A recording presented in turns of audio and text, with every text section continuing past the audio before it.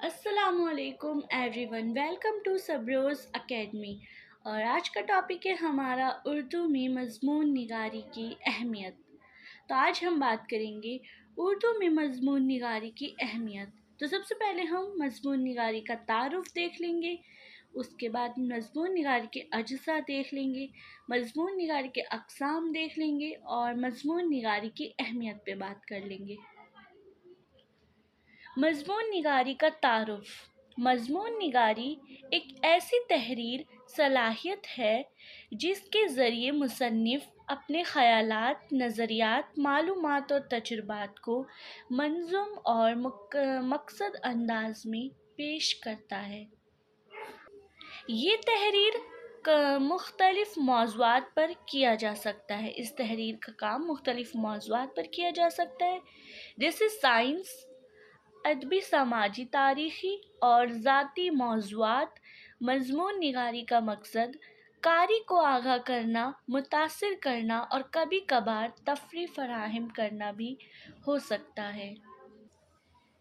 अब देख लेते हैं मज़मून निगारी के अज्ज़ा, जैसे कि उन्वान। ये मज़मून का पहला हिस्सा होता है और इसका मौज़ू वाज़े होता है। तारुफ़ में मज़मून के मौज़ू का पस मंज़र, इसकी अहमियत और मज़मून का मकसद बयान किया जाता है। ये कारी को मज़मून के बारे में दिलचस्पी पैदा करने के लिए होता है। मुकम्मल बहस। ये हिस्सा मज़मून का मरकज़ी हिस्सा होता है।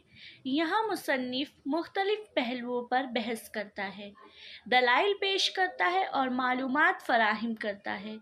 यहाँ मुख्तलिफ़ पैराग्राफ में मौज़ू के मुख्तलिफ़ पहलुओं पर तफसील से रोशनी डाली जाती है। नतीजा। ये मज़मून का इख्तिताम होता है जिसमें मुसन्निफ़ अपने ख़यालात को समेटता है, नताइज निकालता है और कारी को कोई ख़ास पैगाम या हतमी राय देता है। मज़मून निगारी के अक़साम, जैसे कि बयानिया मज़मून। इसमें मुसन्निफ़ अपनी कहानी या तजुर्बात बयान करता है। वज़ाहती मज़मून।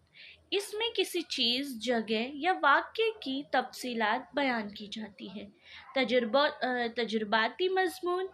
इसमें किसी मौज़ू या मसाइल का तफ़सीली जायज़ा लिया जाता है, इस पर तज्ज़िया भी किया जाता है। दलाइल मज़मून। इसमें किसी मौज़ू पर दलाइल दिए जाते हैं और एक ख़ास नुक्ता नज़र को साबित करने की कोशिश की जाती है। मालूमाती मज़मून। इसमें किसी मौज़ू के बारे में मालूमात फ़राहम की जाती है, जैसे साइंस मज़ामीन। अब देख लेते हैं मज़मून निगारी की अहमियत।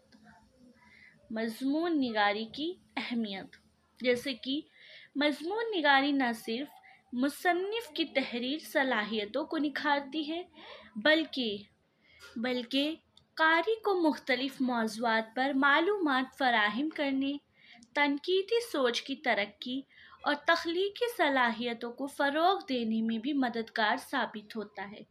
ये एक अहम ज़रिया है जिसके ज़रिए लोग अपने ख़यालात और नज़रियात को मौसर तरीके से दूसरों तक पहुंचा सकते हैं, और ये माशरती और तालीमी तरक्की में भी अहम किरदार अदा करती है। मज़मून निगारी के एक अहम सलाहियत मुतअद्दिद वजूहात की बना पर अहमियत रखती है। इज़हार ख़याल का ज़रिया। मज़मून निगारी हमें अपने ख़यालात, एहसासात और मंज़रियात तरीके से दूसरों तक पहुँचाने का मौका फ़राहम करती है। इल्म में इज़ाफ़ा। मज़मून लिखने के दौरान तहक़ीक़ करना ज़रूरी होता है, जिससे हमारे इल्म में इज़ाफ़ा होता है और मुख्तलिफ़ मौज़ूआत के बारे में हमारी मालूमात वसी होती है।